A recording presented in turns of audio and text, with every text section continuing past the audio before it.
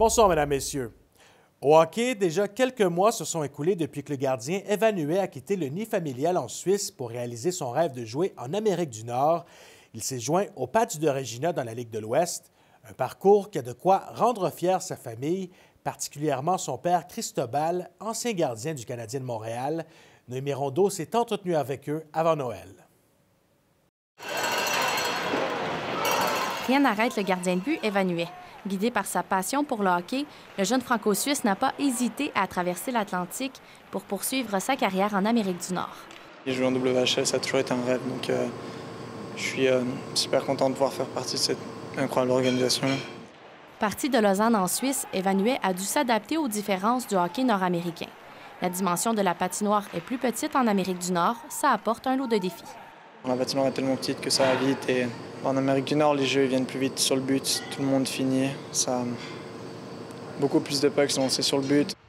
Mais son adaptation a été rapide selon l'entraîneur-chef des Pats, qui se réjouit des performances de son gardien recru. Brad Eroff le décrit comme un gardien de but combatif et persévérant qui défend bien le filet des Pats malgré sa plus petite taille.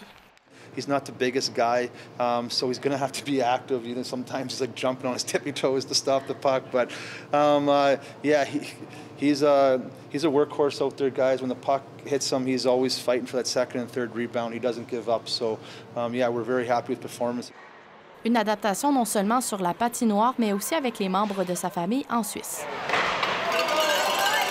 Le lien est très étroit, particulièrement avec son père Cristobal Huet, qui était aussi gardien de but. Il a joué 8 saisons dans la Ligue nationale de hockey, notamment avec le Canadien de Montréal et les Blackhawks de Chicago, avec qui il a remporté la Coupe Stanley à sa dernière saison. Si 7 heures de décalage séparent les villes de Regina au Canada et de Lausanne en Suisse, ça ne l'empêche pas de suivre la carrière de son garçon. Je me lève la nuit pour regarder les matchs. Moi, j'ai beaucoup de respect pour mes parents, du coup, maintenant, le stress d'être parent de gardien de but, mais je suis très content pour lui. Je pense qu'il fait son propre chemin et comme individu, je trouve qu'il se développe très bien aussi. Cristobal Huet entraîne maintenant les gardiens de but d'une équipe professionnelle en Suisse. Malgré son expérience, il préfère jouer le rôle de père avant tout avec son fils. Je l'aide de n'importe quelle façon, mais souvent plus comme papa, parce que si ça va bien, je le supporte. Si ça va pas, je suis là pour lui remonter le moral. Il regarde mes matchs, mais en tant que papa plutôt. En tant que père, pas forcément coach. Il laisse ça au goalie coach ici. Le jeune gardien de 18 ans a de grandes ambitions. Il souhaite être recruté par une équipe de la LNH lors du prochain repêchage.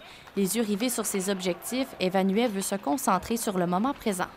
C'est le rêve de tout le monde. Mais non, ce serait un honneur, mais pour l'instant, je suis concentré sur ces 2 années. Et non, comme j'ai dit, ça va être 2 super années, puis on verra après. Je souhaite de faire une bonne saison ici, continuer comme ça, puis on verra où est-ce que ça va le mener. C'est tout ce qu'il peut contrôler pour l'instant et qu'il vive son rêve au maximum. Evan Huet ne ferme pas la porte à se joindre à une équipe professionnelle en Europe. Pour lui, l'important est de vivre sa passion et défendre son filet en bloquant les rondelles. Ici Noémie Rondeau, Radio-Canada, Regina. Le service des coronaires de la Saskatchewan rapporte que près de 300 personnes sont mortes par surdose dans la province en 2023.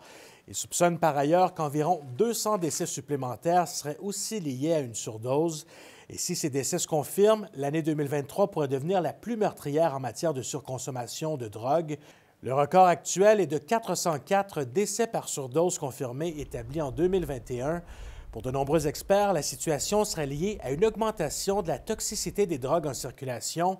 Ils constatent que les opioïdes sur le marché sont souvent combinés avec des substances comme la xylazine qui augmentent les risques de surdose. They're getting that what they call the trank dope.